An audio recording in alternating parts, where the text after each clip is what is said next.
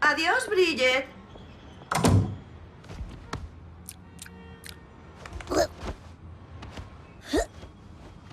Hola, Max. Hola, Bridget. ¿Tienes plan para hoy?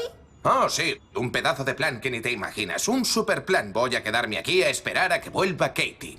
Uy, qué emocionante. Bueno, oye, no te molesto más porque yo también tengo un día muy liado.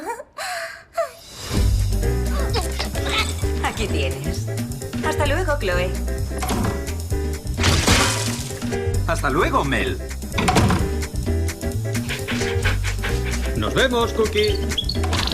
Chao, Gino. Adiós, bigotes. Adiós a todos.